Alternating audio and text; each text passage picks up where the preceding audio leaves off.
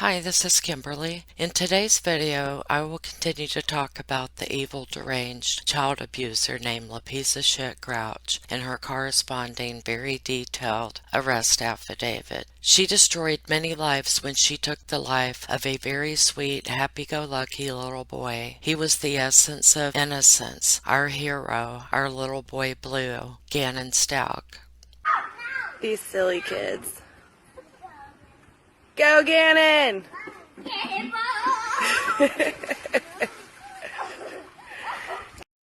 In Hell's Bells, I missed something from the timeline that I did on last video of January 26. Piece of Shit stated that she met 𝓬𝓲𝓼𝓮 on January 26, the day prior to Gannon's murder, the Sunday. Wait a minute. Is she ADHD? She's just always running around top speed, clicking on her phone, making phone calls and shit. And from what I can tell from her texts and all that, she gets very little sleep. She seems to be surviving, at least during this time period, on about maybe 3 hours of sleep every night. So I'm wondering, did she jump in the car immediately following the candle incident and just so happen to find an available contractor on a Sunday afternoon or evening in January? She immediately trusts him enough to fix the carpet while she's out shopping. See, right away this story screams bullshit. So I guess she would have had to given him the code to the alarm and shit like that as well. What would be the point of just coming in the garage? He can't fix it from there, so he would have to enter the house, in particular the basement. Did she even check to see if he was bonded? What if he was one of those weirdos that'll just barge into your bedroom and put your underwear on their head and shit? Did she get his last name? Bitch, right away this alone tells everyone that you are stupider than shit or lying. Everyone has the right to do stupid things, but she's abusing that privilege. Did you inform law enforcement of your 𝓚𝓲𝓷𝓭𝓵? Probably not. Piece of Shit generally described to investigators a Hispanic male with brown hair and brown eyes, but could not provide any specific identifying information. Wait, didn't she see him naked? Oh shit, I'm jumping ahead here. Did I tell you about the new friend Pisa made on Sunday while she was frantically driving the neighborhood looking for someone that could help her out of a jam? And maybe she could trade the sofa for his services to her. Y'all hold on a second while I go check.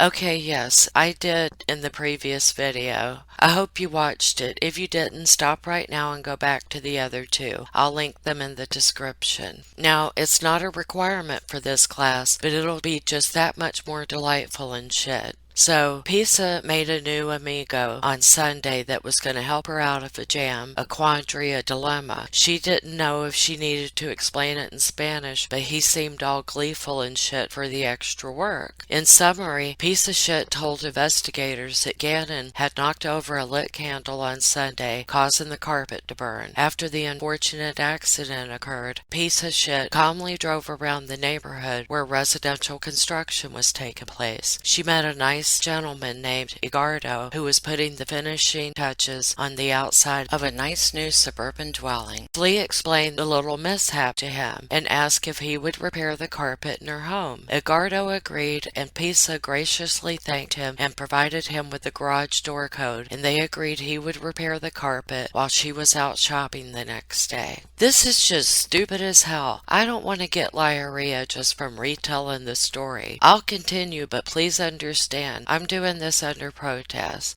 But if y'all hear any ungodly wet growling sounds and then it goes quiet, just know that I found it imperative to unexpectedly excuse myself due to some 𝓚𝓷𝓭𝓵 bullshit, or just shit. Wait for me, okay?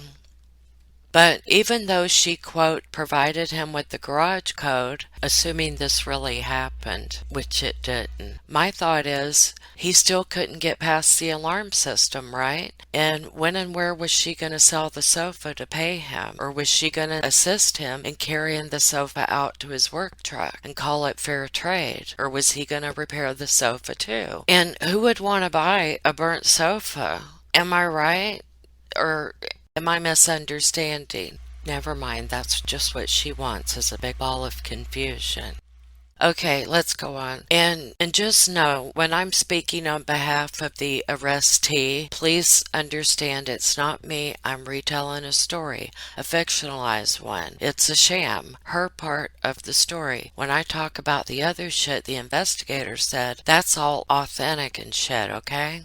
Okay, so she gave Eduardo the garage code and shit, and when she got home on Monday, she was surprised he was smack dab in the middle of the basement, pointing a gun at her. She wasn't expecting him since there was no work truck in front of the house when she pulled up, and she was all like, "What the devil are you doing? I thought this shit was all on the up and up," and shit. This damn nut job, arrestee, was just having a series of weird ass shit happening to her. Just take a listen, it's fascinating. So, we are picking up from the last video where we left off. I last told you about the night of the 26th. Gannon was feeling under the weather with an upset stomach. T came up with one of her clever lies to get out of going to work on Monday morning so she could look after him. After a family bonding afternoon hike on Sunday, Gannon allegedly knocked over a lit candle, and it was claimed to have burnt a section of carpet. Piece of shit was fretting about it and decided that they must sell the sofa to pay for the damage. Pisa went to discuss the matter with her young stepson and unintentionally hit record on her phone while she was explaining what they had to do in order to pay for the damage. Gannon was crying, and he sounded to be in pain both physically and emotionally. Flea was not sympathetic to him at all.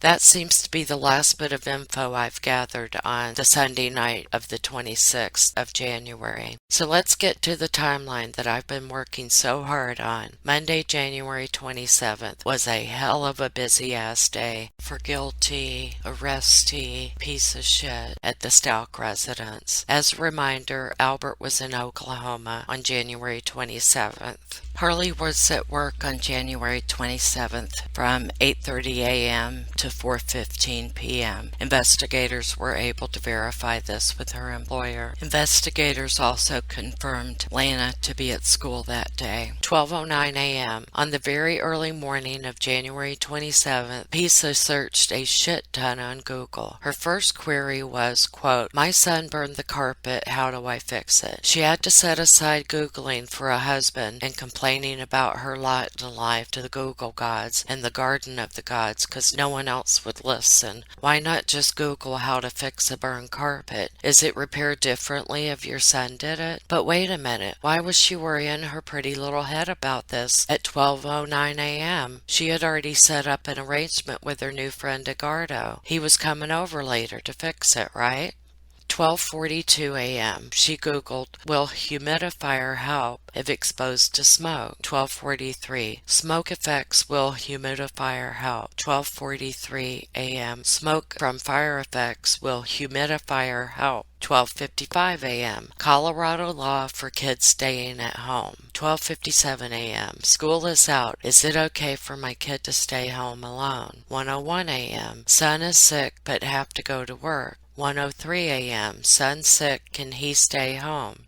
So, obviously, she was fretting about whether or not she could leave Gannon home alone. And it sounded like she was going to try to go to work, but she was worried about leaving him home alone. However, there I go again, trying to believe the best in people. I temporarily forgot that she has chronic diarrhea, and she was probably just trying to appear to be a regular, caring stepmother. But she's not. She's a step monster and a step martyr and all that other bullshit. And honestly, I think she lost her shit when Gannon accidentally knocked over a candle. And I think she hurt Gannon. And I think she was scared of taking him to a hospital and just was going to do this, "oh, he ran away" thing because he was just inconsolable about the candle. So, Kimberly, stop believing anything the bitch says. Okay, thank you. So she quit Googling after the 103 search and picked back up at 4:40 a.m. So seems like she got about 3.5 hours of sleep. So 4:40 a.m. Letecia is an early riser and she's up and at 'em. She Googles suede repair kit for sofa. So maybe she was going to repair the sofa and then sell it. And for some reason, it crossed my mind because she just keeps asking all these questions. Remember back in the day, how many of you remember Ask Jeeves? Just now Googled it and they still have it. It's askjeeves.net if y'all got some questions to ask Jeeves.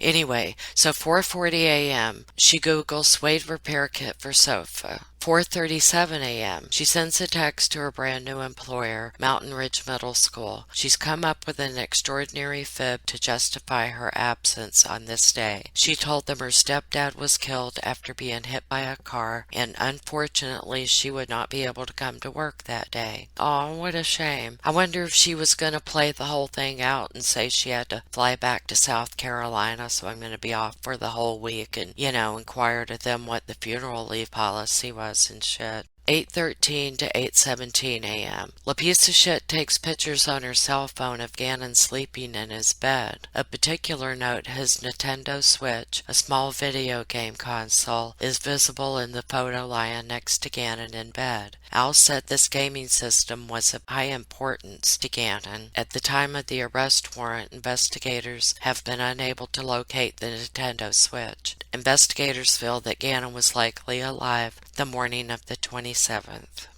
I'm not sure of the time, yet 𝓤𝓲𝓵 did tell Gannon's school, Grand Mountain Elementary, that Gannon would be absent on Monday. Investigators verified that Gannon was marked as an excused absence that day. Supposedly, Gannon has a doctor's appointment on this day, but 𝓤𝓵𝓵 instead allegedly calls a nurse's line for help, and this replaces having to go in person to the doctor, I think. But they didn't go to the doctor. 𝓤𝓵 later explained that Gannon was not really ill on this day. He was just dealing with stomach issues from his medication that made him anxious about being in class all day. But she also said when they left that morning that they were en route to what 𝓤𝓵 said was an appointment with his doctor. But she also supposedly called a nurse's line. See, when you have diarrhea, you're just all over the fucking place with shit, and people can't follow you, and that's kind of the point, to keep you,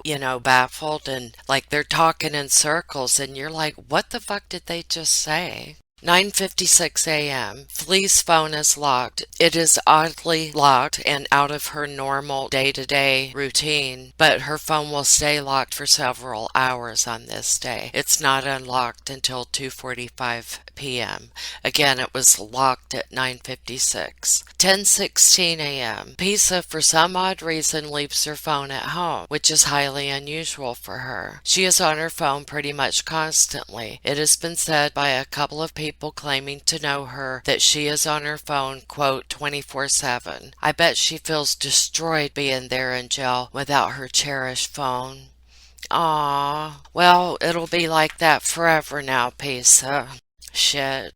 Neighbor Roderick Drayton's surveillance video shows Al's Nissan Frontier pickup truck with 𝓤𝓵 and presumably Gannon leaving the residence. It appears that Gannon is not walking in his normal fashion, and he may be injured or is limping. In all fairness, this could be from injuring his foot on Saturday evening, if we are to believe what 𝓤𝓵 said, and then she took him hiking on said injured foot on Sunday.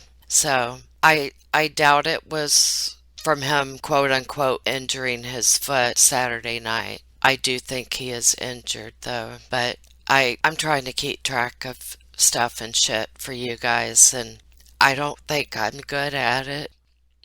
It is nosy neighbor Mr. Drayton's opinion, when he gossiped to multiple media outlets, that Gannon looked, quote-unquote, drugged when he left the home that morning. People took that one statement and ran all over social media with it. This is how fucking rumors get started. Stop that shit. I do hope he alerted the police first before the media outlets, but I don't think he did. The neighbor claimed that 𝓤𝓵 left the home with Gannon in her truck that morning and then returned in the afternoon without him. Police seem to feel otherwise. They do feel that Gannon returned with 𝓤𝓵 that afternoon, unfortunately. Piece of Shit said in a release statement, and bear in mind she has a confirmed case of chronic 𝓤𝓼𝓵 where she is unable to stop talking shit. But 𝓬𝓲𝓷𝓭𝓵 said that the video was taken from an angle that made it impossible to see the small boy. Quote, "Please don't think for a second that there isn't enough technology to determine shadows and movement around the truck. There was also proof from my phone that we had taken a selfie in the truck in our driveway that was time-stamped," end quote, she patiently explained. Is she referring to the phone that was left at the house?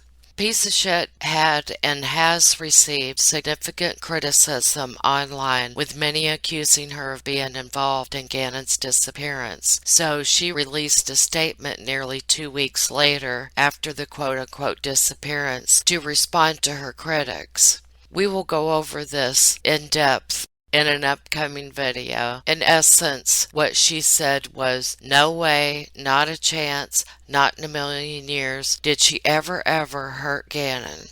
And she has proof, damn it, to corroborate every single fucking thing that backs up her version of events in this case. Damn it all to hell and back. Okay, that's enough of that shit. Damn, we're only up to 10:37 a.m. 10:37. Text sent from Gannon's phone to Harley. Quote, "Tisha left phone at home. If you need her, text me," end quote. Investigators say the fact that 𝓤𝓼𝓵 left her phone at home is suspicious on its own accord based on her history of extensive use of the phone. The forensic search record from 𝓬𝓲𝓷𝓭𝓵's phone show her to be an active user of social media, including but not limited to Facebook and Instagram. For comparison, 𝓬𝓲𝓷𝓭𝓵's iPhone screen time log between January 25th and January 29th, so 5 days, revealed that 𝓬𝓲𝓷𝓭𝓵 spent approximately 38,607 seconds on Facebook and Facebook Messenger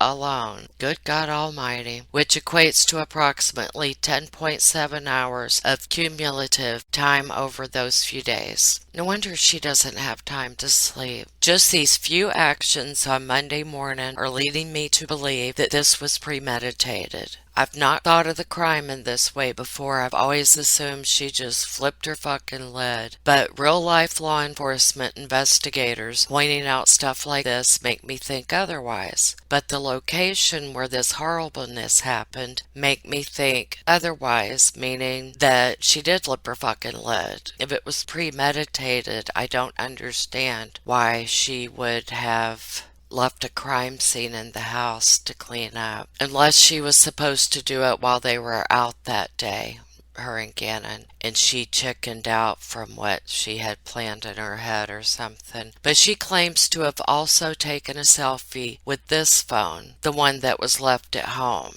11:22 a.m. Piece of Shit traveled to Petco, located at 5020 North Nevada Avenue, Colorado Springs. This Petco is approximately 22 miles from the Stauch residence and is approximately a 30-minute drive, based on Google Maps. The receipt from Petco shows that 𝓬𝓲𝓷𝓭𝓵 completed her purchase at or about 11:22. Gannon is not visible on any of the surveillance videos obtained from Petco. According to a Petco employee, Piece of Shit purchases 3 dog coats at approximately at 11 a.m., but the receipt says 11:22.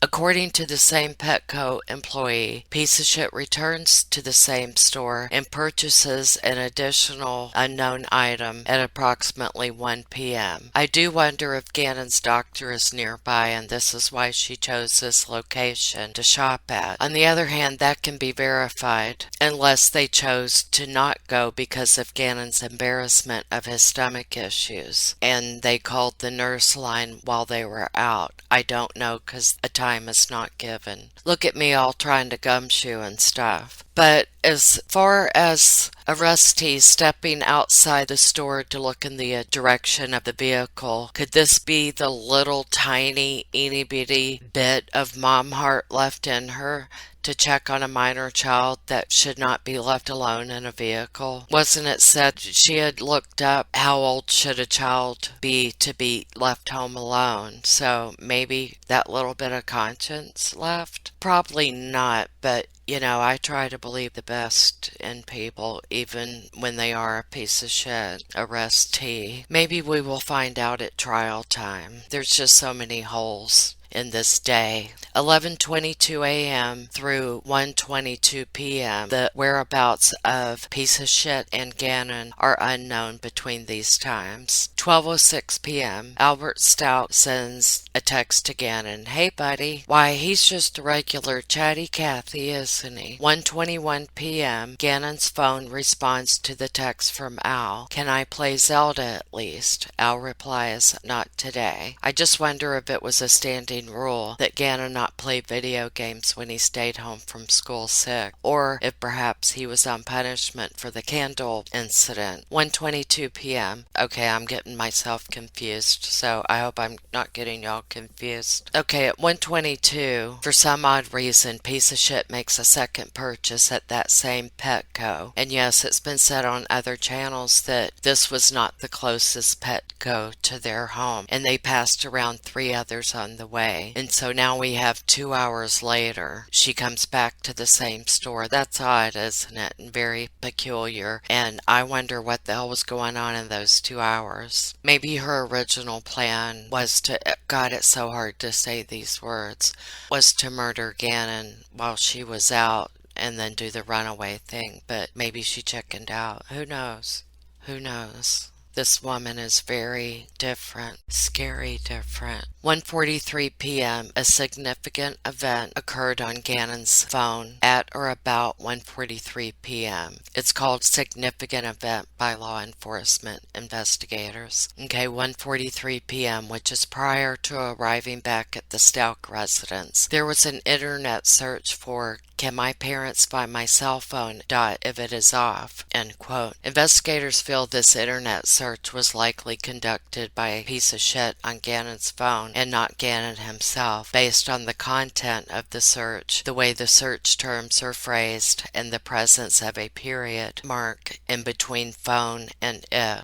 This is very similar to the way Letecia conducted searches on her own phone. However, they did locate other internet searches with a period in Gannon's search history as well, which they also reasonably believe were conducted by La Piece of Shit herself. To be clear, arrestee had a habit of pressing the period punctuation rather than the space button when she would text. Furthermore, the search term was parent, singular. It's reasonable that Mr. Stauch only, not La Piece of Shit step murder from hell, would be interested in the location of Gannon's phone, and that Piece of Shit was possibly deliberating on how or if she would dispose of Gannon's phone after she murdered him.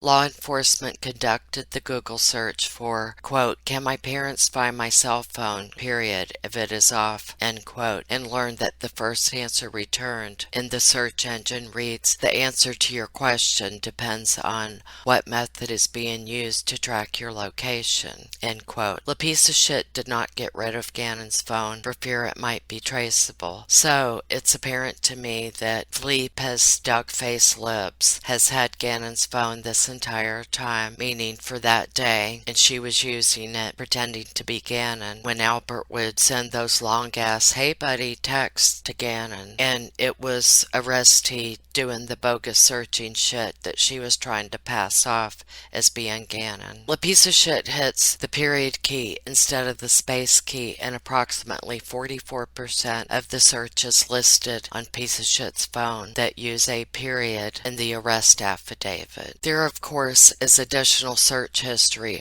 over a longer time span that does exist that's not listed in the arrest affidavit. Enough on that poppycock horse shit, bullshit, formaldehyde, go to hell, you fucking piece of shit. And this is where I'm going to end the video. I will pick up with the back end of January 27th, the day Gannon, our little boy Blue, went quote-unquote missing. Please stay tuned to see a short little video from Gannon's mother, Landon. Please take care of yourself. Much love and peace. Thank you for listening.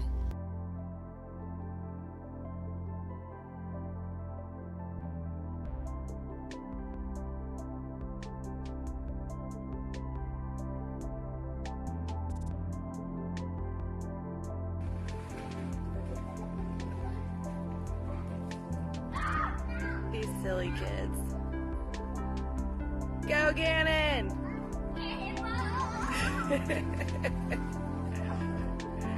Go, Carl!